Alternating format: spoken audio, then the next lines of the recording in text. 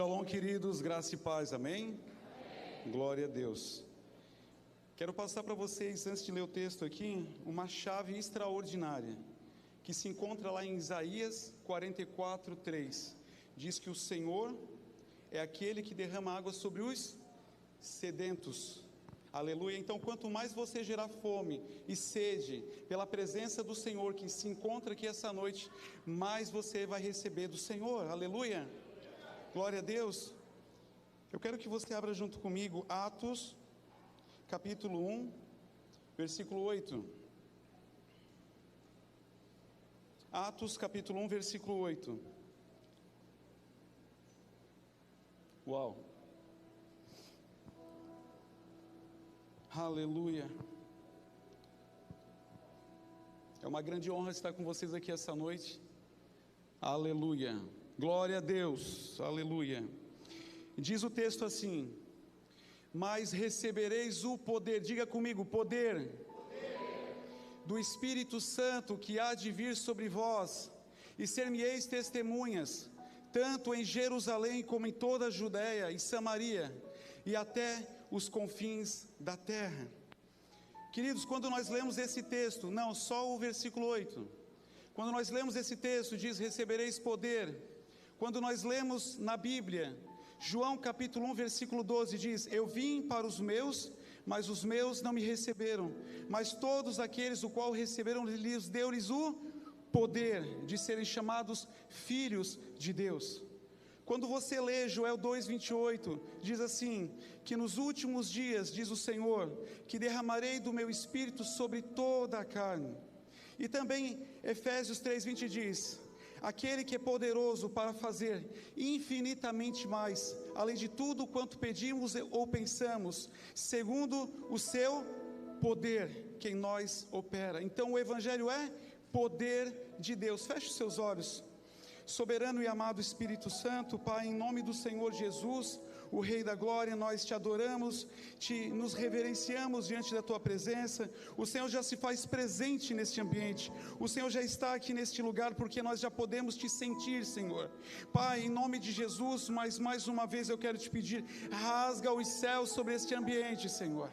Ande mais comitivas de anjos sobre este lugar, e que os teus filhos já possam se sentirem ministrados, tocados, ativados, Senhor, pelo teu poder, Senhor, que está liberado sobre a tua igreja. Nós declaramos, profetizamos e selamos, e o teu nome sendo glorificado através das nossas vidas, em nome do Senhor Jesus, o Rei da Glória. Você pode se assentar glorificando o nome do Senhor. Aleluia. Aleluia.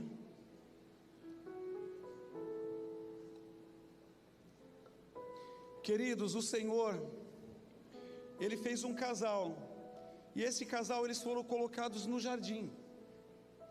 O Éden não é o nome do jardim, o Éden significa paraíso. Só que esse casal, eles perderam a presença a partir do momento em que eles desobedecem uma ordenança entregada pelo Senhor.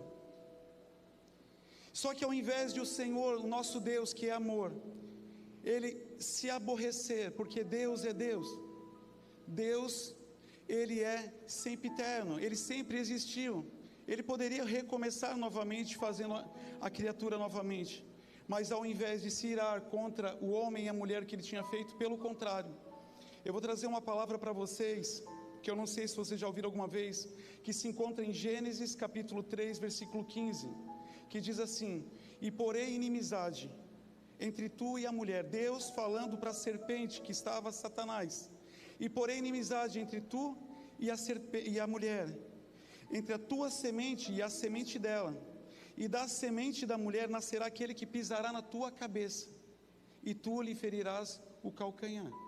O que a Bíblia está dizendo?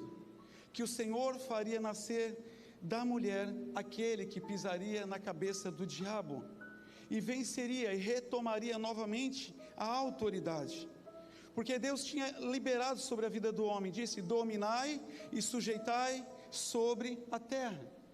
A autoridade foi dada sobre o homem, sobre todo o principado, potestade, só que o homem não usou da autoridade que foi liberada sobre ele. Mas mesmo assim Deus não desistiu do homem, E Deus, sobre as gerações, como Deus liberou autoridade, e Deus não é homem para que minta, e nem filho do homem para que se arrependa, Deus começou o quê? A trabalhar através da vida do homem pelas beiradas. Porque se Deus desfizesse a palavra ao qual ele já tinha liberado, Deus pecaria. Porque Deus é santo. Então Deus começa a trabalhar pelas beiradas como? Levantando profetas chamados o quê? Nazireus.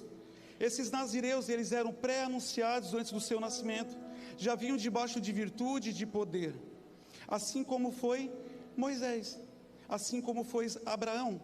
E eu gosto de falar, e é algo muito evidente e claro, que Deus sempre usou o quê? O sacerdote para liberar e ativar o propósito dele sobre aqueles a quem ele faz promessa. E hoje é a igreja. Deus pega um homem chamado Abraão e faz ele sair de uma cidade chamada Ur dos Caldeus. E durante 25 anos Deus diz: você está vendo as estrelas no céu? Essa vai ser a tua descendência. Você vê tudo que a tua vista alcança, isso tudo vai ser teu e dos teus descendentes. Mas como isso ia se cumprir? Se Abraão já tinha 75 anos de idade quando sai da terra do pai dele, e a sua esposa Sara, ela era estéril. E durante 25 anos Deus foi prometendo. E Abraão era como nós, era pecador. Todos nós sabemos a história dele, como ele mentiu 2 vezes, tanto para o rei do Egito, quanto depois para outro rei.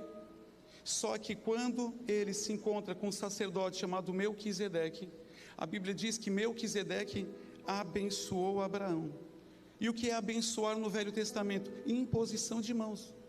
Ele coloca as mãos sobre Abraão, e tudo aquilo que Deus prometeu durante 25 anos, se cumpre na vida de Abraão, porque a bênção é liberada pelas mãos do sacerdote.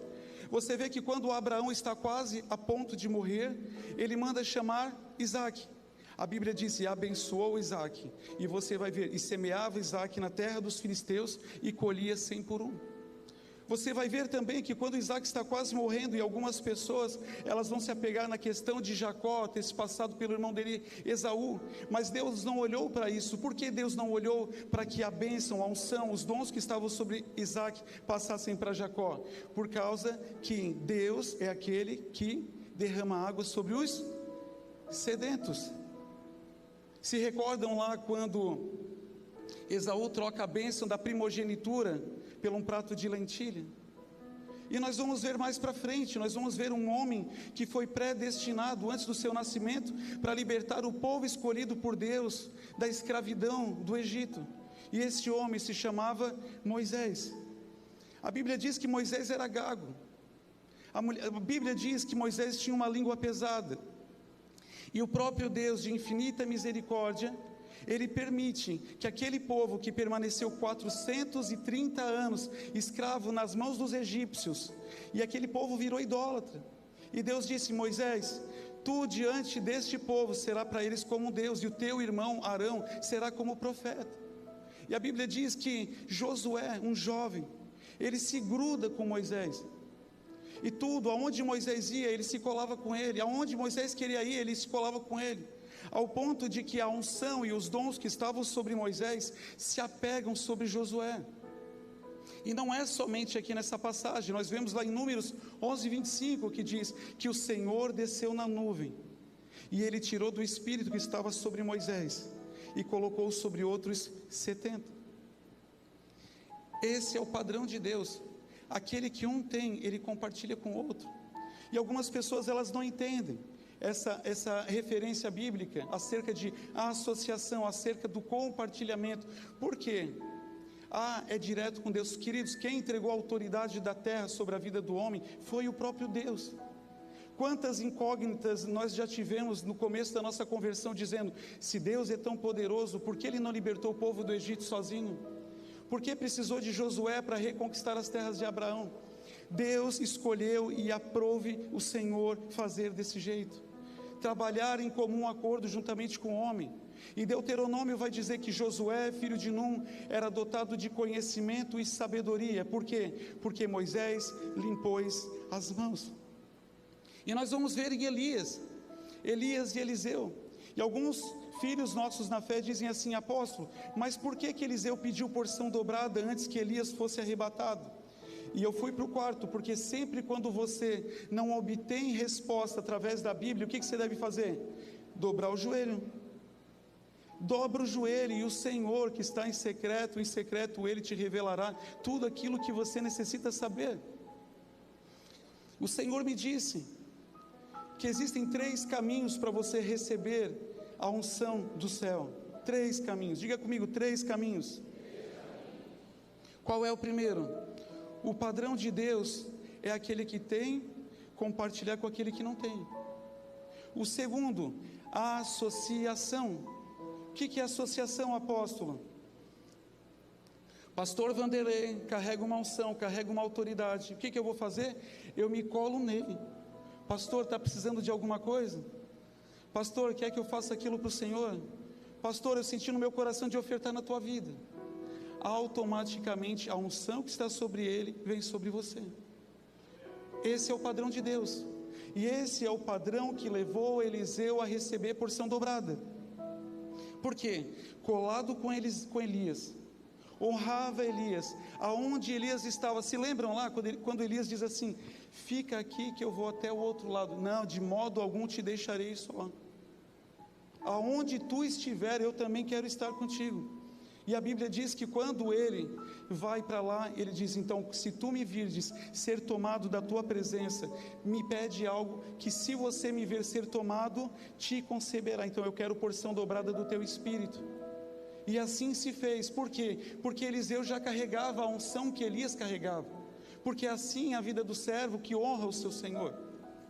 E Eliseu recebeu porção. Só que o desejo do Eterno, o desejo do nosso Deus, o desejo de Elohim, de Hashem, é que desde o princípio, desde Gênesis capítulo 3, versículo 15, é restituir todas as coisas como foi no princípio. Como assim, apóstolo? O profeta Joel, considerado um dos pequenos profetas, que eu não considero, porque essa questão teológica de pequenos e grandes profetas, se diz que não é pela grossura do volume do livro, mas pela profundidade da revelação que era dada. Então, quando você vê um texto como está escrito em Joel 2,28, que diz: nos últimos dias derramarei do meu espírito sobre toda a carne. Dizia o profeta Isaías, no capítulo 9, versículo 6, diz que nasceria um menino, e o seu nome será chamado Maravilhoso, Conselheiro, Deus Forte, Pai da Eternidade, Príncipe da Paz. E alguns dos estudiosos, dos fariseus, dos doutores da lei acreditavam: ele vai nascer na cidade de Davi, ele vai nascer em Jerusalém, vai nascer no meio dos grandes fariseus. Mas Deus é apaixonado pelos improváveis. Vocês podem ver que em toda a história sempre se cumpriu aquele, o menos favorável, o menos provável, é aquele a quem o Senhor sempre chama. Aleluia. Eu falei mal de Jesus a minha vida inteira. Eu sou ex-muçulmano.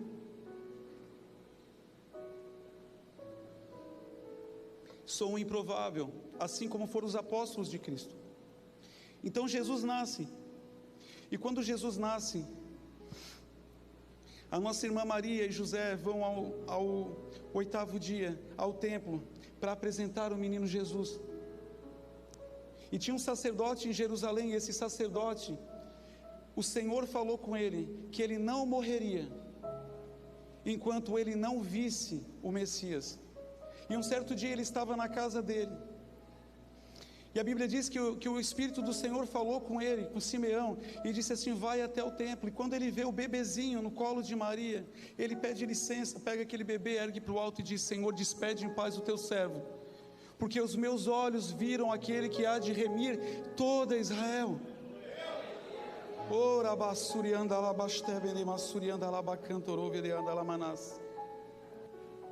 Aqueles que se faziam grandes, aqueles que se faziam doutores, aqueles que eram estudados, não creram. Mas um homem que ora, que é temente ao Senhor, que jejua, que se consagra, ele consegue perceber aquilo que ninguém consegue ver. O que é mais fácil você crer? Que o Filho de Deus é um adulto, Um filho de Deus é aquele que está gerando milagres, aquele que está se apresentando como tal e cumprindo tudo aquilo que estava escrito nas Escrituras? Ou você pegar um bebê de 8 dias e dizer: Senhor, despede